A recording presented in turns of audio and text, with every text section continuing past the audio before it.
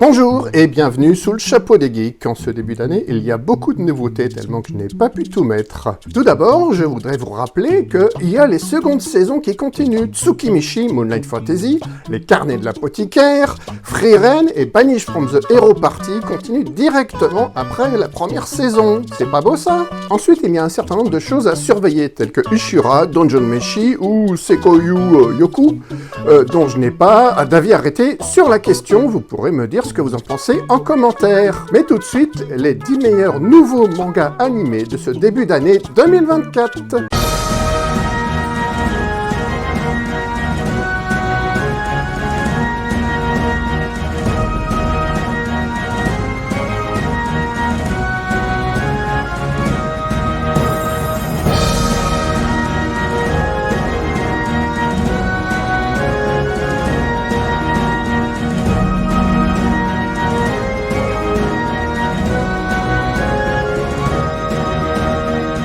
Tale of Wedding Rings. Alors là, on est sur du Isekai Harem. Satu grandit au Japon avec comme compagne de jeu sa jeune voisine Hime. Cette dernière, en réalité une princesse venue d'un autre monde, doit repartir chez elle. Satu, amoureux d'elle, refuse de la laisser partir et la suit lors de son retour. Il fait alors irruption au beau milieu de la cérémonie de mariage de Hime. Et juste à ce moment-là, une créature démoniaque apparaît de nulle part et attaque la princesse. Cette dernière prend brusquement la décision de lui passer un anneau magique au doigt, faisant de lui son époux et lui conférant par la même occasion une grande puissance qui lui permet de vaincre le monstre. Alors on peut pas faire plus chaotique comme cérémonie de mariage, hein, vu le tableau. Alors ce que Satu avait pas prévu, c'est que maintenant il est chargé de la tâche de sauver le royaume, et puis il va devoir obtenir les autres anneaux en convainquant d'autres princesses de l'épouser. C'est pas gagné. My instant death ability is so overpowered. Alors là c'est un peu comme One Punch Man, c'est un isekai, un mec il est réincarné dans un monde médiéval fantastique et il peut tuer n'importe quoi en une fois. Voilà. Et le gars il avait déjà ses pouvoirs dans notre monde à nous. Et à l'occasion d'un voyage scolaire, Yogiri Takatu a brutalement été tiré de son sommeil par l'attaque d'un dragon. Ben oui, il venait de changer de monde. Alors, dans le quart scolaire, il y a tous ses camarades de classe qui se barrent et qui le laissent tomber dès le début parce qu'ils connaissent pas ses capacités. Et oui, parce que le gars, c'est un adepte du proverbe « pour vivre heureux, vivons cachés ». Et du coup, il a toujours fait semblant d'être normal. Bon, il a plus ou moins réussi, hein, parce qu'il y a plusieurs gouvernements qui sont après lui. Mais ça, je vous en dirai pas plus, parce que après, ça va être du spoil. Donc, Yogiri et une fille, Tomoshika Tanura, ont volontairement été abandonnés par leurs camarades. Ouais, ils sont sympas les copains. Et donc, ils décident de protéger Tomoshika et de rejoindre la ville la plus proche. Solo Leveling. Alors, il n'y a pas beaucoup d'animés sur ce thème qui arrivent chez nous, mais c'est un classique du manga coréen où des portails apparaissent un peu partout dans notre monde à l'époque actuelle. Donc, c'est un dungeon quest, ce sont des portails de donjons, et si le donjon n'est pas résolu, des monstres sortent des portails et tuent tout le monde. Certaines personnes ont obtenu des capacités spéciales leur permettant de combattre les monstres et sont appelés les chasseurs. Song Jin-woo, on voit bien que c'est un prénom coréen, est un faible chasseur. Il accompagne un groupe dans un donjon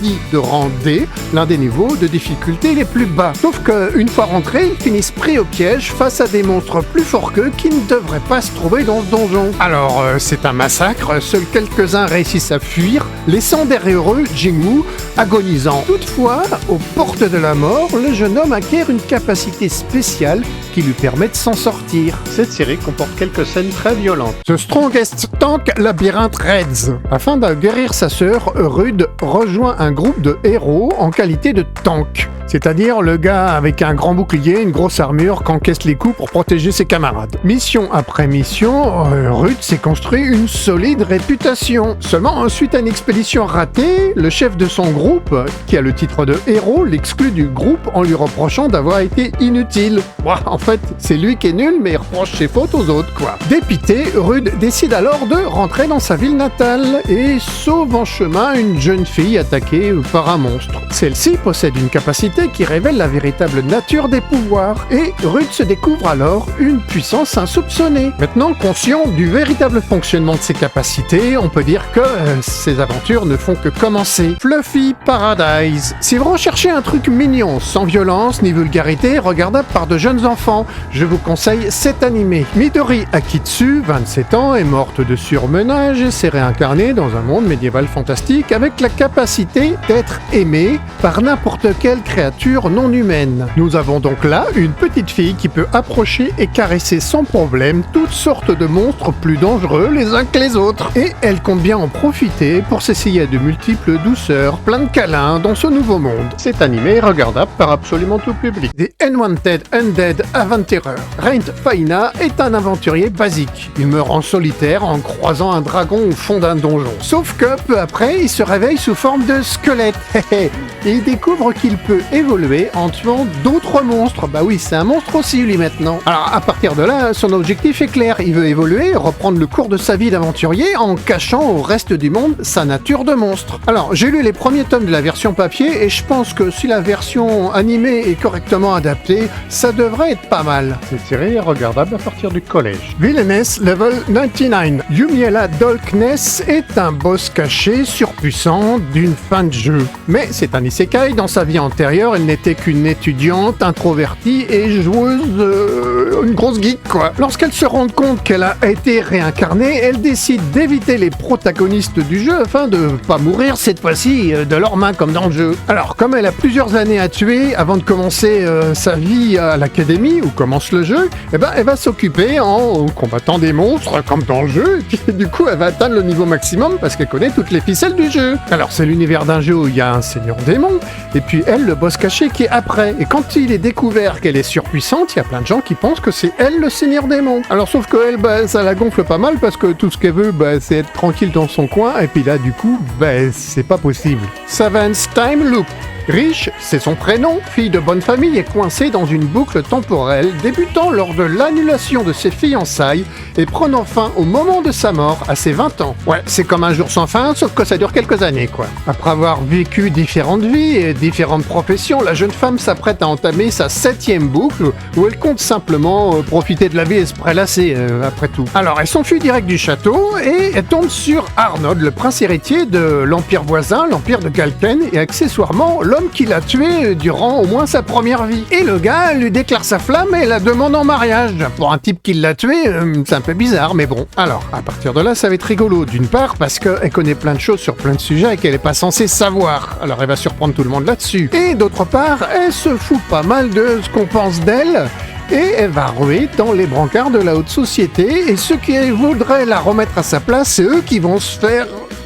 Voyez ce que je veux dire. Cet animé est destiné à un public adulte, mais regardable dès le collège. Dr. Elise. L'excellente version papier de ce manga retrace une saga un peu féministe et très intéressante qui m'a tenu en haleine du début à la fin. S'il n'appuie pas trop le côté romantique comme ils le font quelquefois dans la version animée, elle devrait être excellente. Song Jin-yu est une des plus grandes chirurgiennes que le monde ait jamais connues, mais elle meurt jeune dans un accident d'avion et se réveille en tant que Élise de Clorance, l'épouse de l'empereur Linden de Romanov, et c'est en fait sa 3e vie. Elle est redevenue celle qu'elle était pendant sa toute première vie. C'est donc à la fois un reroll et un isekai. J'espère qu'ils vont garder la fin de la version papier parce qu'elle est excellente. Elle se souvient que son comportement a déjà valu la mort de ses proches ainsi que sa propre fin autrefois. Mais grâce à ses connaissances modernes, elle peut cette fois-ci changer les choses. Première étape, gérer ses fiançailles avec l'actuel prince Liden, l'homme qu'elle a aimé par le passé et qui était en partie responsable de son mauvais comportement. Ce manga vise un public plutôt adulte. The Weakest Tamer, réincarné dans un autre monde, Ivy a conservé les souvenirs de sa vie passée. Grâce à ça, elle connaît déjà beaucoup de choses. Mais en tant que dompteuse de rang 0, elle fait partie de la classe sociale la plus basse et se retrouve maltraitée même par sa propre famille. Lorsque la seule personne gentille avec elle décède subitement, Ivy décide de quitter son village pour partir seule à l'aventure. Elle rencontre et dresse un petit slime qu'elle nomme Sora, aux côtés de qui elle fouille les ordures pour survivre. Oui, déjà là, on sent que c'est pas gagné et bon, sa vie est pas très cool quand même, hein. Mais elle découvre au cours de son voyage que sa valeur est peut-être plus importante que ce qu'on pourrait s'imaginer. La version papier de ce manga est excellente et j'imagine que la version animée le sera aussi. Ce manga n'est pas adapté aux plus jeunes mais ne comporte pas de scènes vraiment excessives. C'est tout pour aujourd'hui. La prochaine fois, je ferai ma vidéo avec un nouveau logiciel. On verra bien ce que ça donnera et je vais refaire la présentation de ma chaîne. Sur ce, amusez-vous bien et à bientôt. Et voilà. voilà, cette vidéo est terminée. Si vous l'avez aimée, n'hésitez pas à lâcher un pouce bleu et pensez à vous abonner.